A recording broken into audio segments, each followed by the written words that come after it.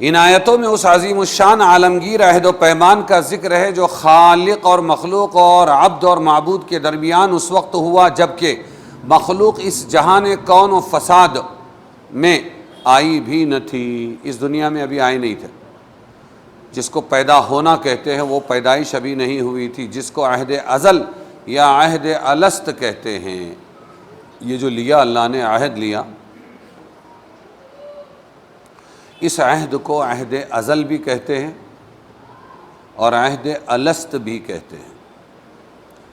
اللہ جل شانہ سارے عالموں کا خالق و مالک ہے، زمین و آسمان اس کے درمیان، اس کے ماسوا جو کچھ ہے سب اس کی مخلوق ہے، سب اس کی ملک ہے، پراپرٹی ہے، اس کی حکومت ہے، نہ اس پر کوئی کسی کا قانون چل سکتا ہے اور اس کے کسی فعل پر کسی کو کوئی سوال کرنے کا حق بھی نہیں ہوتا ہے۔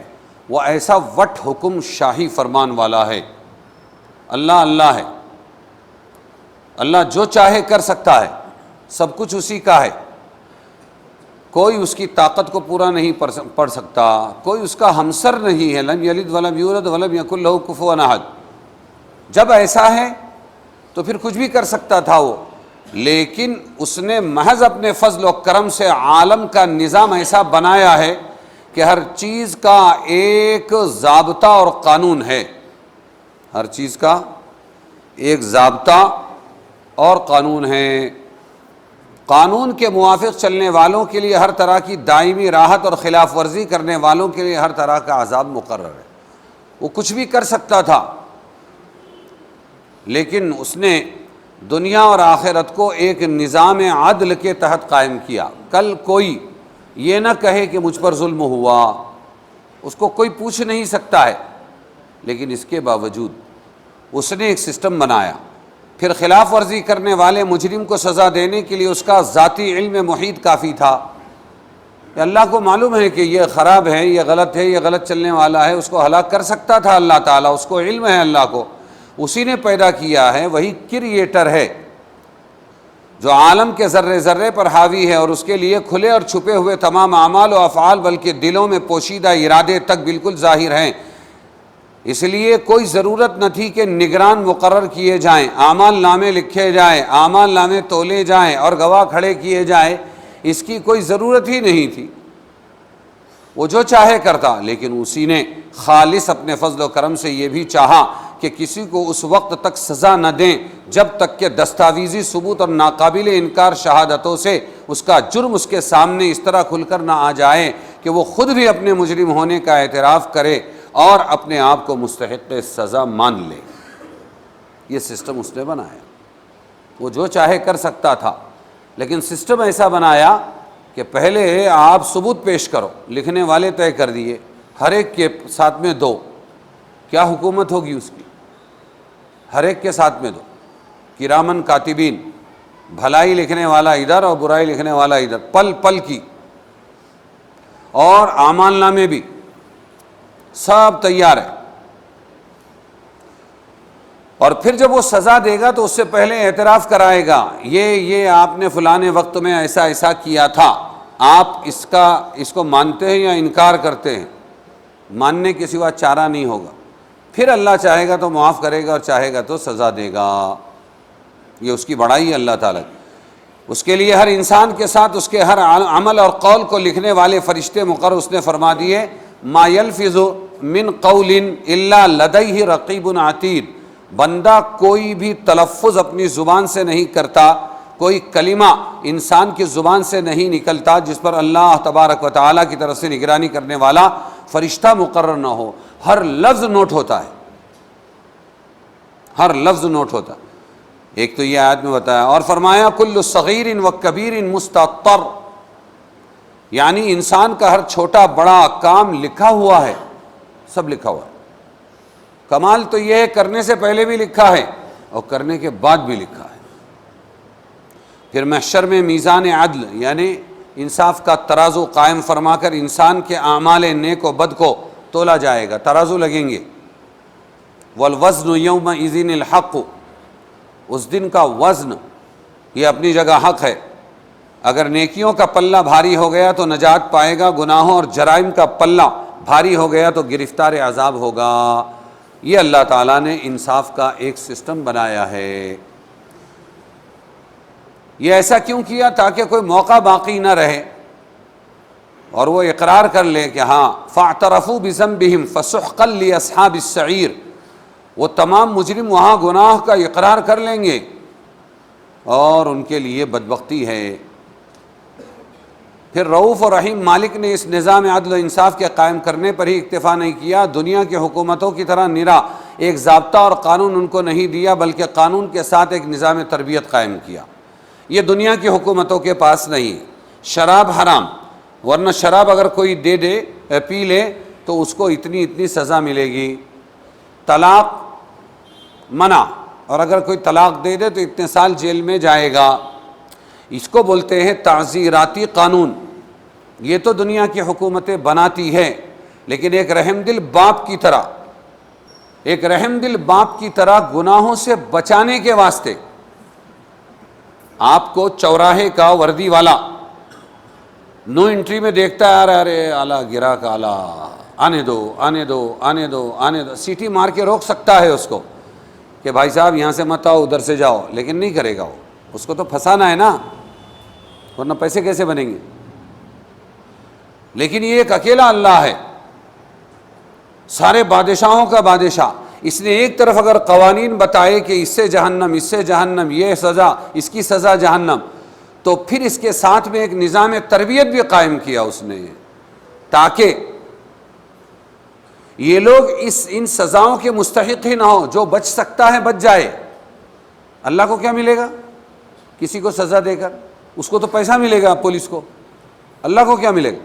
جیسے بلا تشبیہ، یہ کوئی تشبیہ نہیں اللہ اور باپ میں، لیکن بلا تشبیہ کہ کوئی شفیق باپ اپنے گھریلو معاملات کو درست رکھنے اور اہل و عیال کو تہذیب اور ادب سکھانے کے لیے کوئی گھریلو قانون اور ضابطہ بناتا ہے، یہ گھر کے اندر یہ چلے گا، یہ کرنے کا، یہ نہیں کرنے کا۔ اب اس نے ایک طرف تو ضابطہ بنایا کہ جو شخص اس کے خلاف کرے گا اس کو سزا ملے گی، مگر باپ میں ایک شفقت ہے، ماں میں ایک رحمت ہے، وہ شفقت اور عنایت اس کو اس پر بھی آمادہ کرتی ہے کہ ایسا انتظام کرے کہ جس کے سبب ان میں سے کوئی بھی سزا کا مستحق نہ ہو۔ سمجھے کہ نہیں؟ بلکہ سب کے سب اس ضابطے کے مطابق چلیں۔ بچے کے لیے اگر صبح کو اسکول جانے کی ہدایت ہے کہ صبح 7 بجے تم نے تیار ہو کے اسکول کو جانا، اور اس کے خلاف کرنے پر سزا مقرر کر دی ہے، کھانا بند، چھٹی بند، یہ بند، وہ بند، تو باپ سویرے اس کی فکر بھی کرتا ہے کہ بچہ اس کام کے لیے وقت سے پہلے تیار ہو جائے۔ قانون بھی باپ نے بنایا، سزا بھی باپ نے طے کی، اور رحم بھی باپ ہی کھا رہا ہے کہ میرا بچہ کہیں قانون توڑ کر مستحق سزا نہ ہو جائے۔ تو یہ باپ ہے، اس کی غرض بیٹے سے اور اولاد سے وابستہ ہے، لیکن وہاں تو اللہ ہے، بے غرض ہے، صمد ہے، وہ اس کو بندوں سے آج تک کے کچھ اس نے فائدہ اٹھایا نہیں، زمین و آسمانوں کے خزانوں سے کوئی فائدہ اٹھایا نہیں، آئندہ اٹھائے گا نہیں۔ کیوں؟ فائدے وہ اٹھاتے ہیں جن کا اپنا نفس ہو، جن کی اپنی ضرورت ہو، اپنی جورو ہو، اپنے جاتا ہو اولاد ہو۔ وہ تو جورو نہ جاتا اللہ کا، لم یلد ولم یولد ولم یکن لہ کفوا احد، اس کی کوئی ضرورت ہی نہیں ہے، پیدا کیا سب کچھ اور دے دیا بندوں کو، لو۔ تو پھر وہ کیوں زبردستی پھنسائے گا اپنے بندوں کو؟ تو ایک طرف تو نظام قانون بنایا اور کہ اس کے خلاف جو کرے گا سزا پائے گا، اور دوسری طرف نظام تربیت ساتھ میں جوڑ دیا کہ ان کی تربیت کرو، ان کو سمجھاؤ۔ رب العالمین کی رحمت اپنی مخلوق پر ماں اور باپ کی شفقت اور رحمت سے کہیں زیادہ ہے، اس لیے اس نے اپنی کتاب کو محض قانون اور تعزیرات نہیں بنایا، بلکہ ایک ہدایت نامہ بنایا۔ اپنی کتاب قرآن کو اور حدیث کو کیا بنایا؟ ہدایت نامہ، اور ہر قانون کے ساتھ ایسے طریقے بھی سکھائے جن کے ذریعے قانون پر عمل آسان ہو جائے۔ اسی نظام ربوبیت کے تقاضے سے اپنے نبی بھیجے اس نے۔ کیا کیا؟ بچانے کے لیے یا پھنسانے کے لیے؟ بچانے کے لیے، جی۔ تو بچانے کے لیے اپنے نبی بھیجے، نظام تربیت کا تقاضا ہے۔ ان کے ساتھ آسمانی ہدایت نامے بھیجے، فرشتوں کی بہت بڑی تعداد نیکیوں کی طرف ہدایت کرنے والی، اور مدد کرنے کے لیے مقرر فرما دی۔ اسی نظام ربوبیت کا ایک تقاضا یہ بھی تھا کہ ہر قوم ہر فرد کو غفلت سے بیدار کرنے، اپنے رب کریم کو یاد کرنے کے لیے مختلف قسم کے سامان پیدا کیے۔ زمین و آسمان کی تمام مخلوقات، دن رات کے تغیرات اور خود انسان کے اپنے وجود کی کائنات میں اپنی یاد دلانے والی ایسی نشانیاں رکھ دی۔ انسان کے وجود میں اپنے رب کو یاد دلانے والی ایسی نشانیاں رکھ دی، اور اپنے وجود کو پہچاننے والی نشانیاں رکھ دی کہ اگر ذرا بھی ہوش سے کام لے تو کسی وقت اپنے مالک کو نہ بھولے۔ وَفِي الْأَرْضِ آیَاتٌ لِّلْمُوقِنِينَ، کیا ہے قرآن کی آیت؟ اور زمین میں نشانیاں ہیں، کس کے لیے؟ للموقنین، یقین کرنے والوں کے لیے زمین میں نشانیاں ہیں۔ اور وفی انفسکم افلا تبصرون، تمہاری اپنی ذاتوں میں اللہ کی قدرت کی نشانیاں ہیں، کیا تم کو دکھتا نہیں ہے؟ یعنی زمین میں اہل بصیرت کے لیے ہماری نشانیاں خود تمہارے وجود میں بھی موجود ہے، کیا پھر بھی تم نہیں دیکھتے؟ اسی طرح غافل انسان کو بیدار کرنے، عمل صالح پر لگانے کے لیے ایک انتظام رب العالمین نے یہ بھی فرمایا کہ افراد اور جماعتوں اور قوموں سے مختلف اوقات حالات میں اپنے انبیاء کے ذریعے عہد و پیمان لے کر ان کو قانون کی پابندی کے لیے تیار کیا گیا۔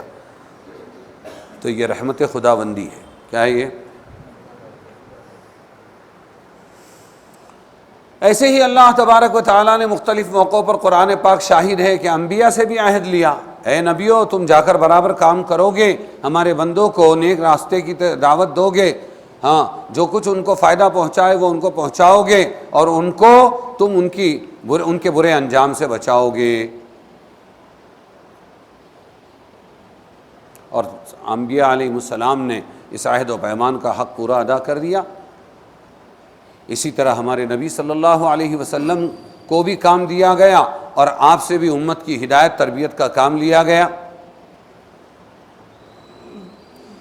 پھر تمام نبیوں سے یہ عہد لیا کہ آخر میں ایک نبی آئیں گے حضرت محمد مصطفیٰ صلی اللہ علیہ وسلم، تم ان کا ساتھ دو گے، یہ بھی عہد نبیوں سے لیا گیا۔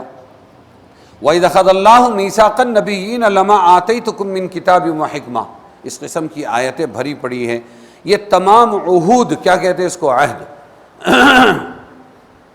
ہماری زبان میں کیا کہیں گے؟ پرتگیا، کیا کہتے ہیں اس کو؟ ارے وہ جو پارلیمنٹ میں کھڑے ہو کے وزیر لوگ لیتے ہیں، ودھان سبھا میں شپت لیتے ہیں، عہد بھی لیتے ہیں نا، اس کو عہد بولتے ہیں۔ ہمارے قرآن کی اصطلاح میں اس کو عہد کہتے ہیں، عہد و پیمان، سمجھ میں آیا؟ اور پرتگیا بھی بولتے ہیں بہت سارے لوگ۔ یہ تمام عہود اور مواثیق اللہ کی رحمت کاملہ کے مظاہر ہے۔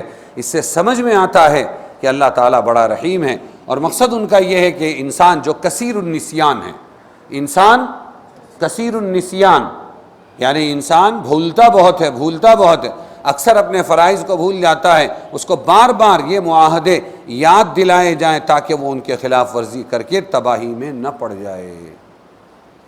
تو عہد الست جو ابھی آیت میں پڑھا گیا، یہ بھی وہی تھا بربادی سے بچانے کے لیے۔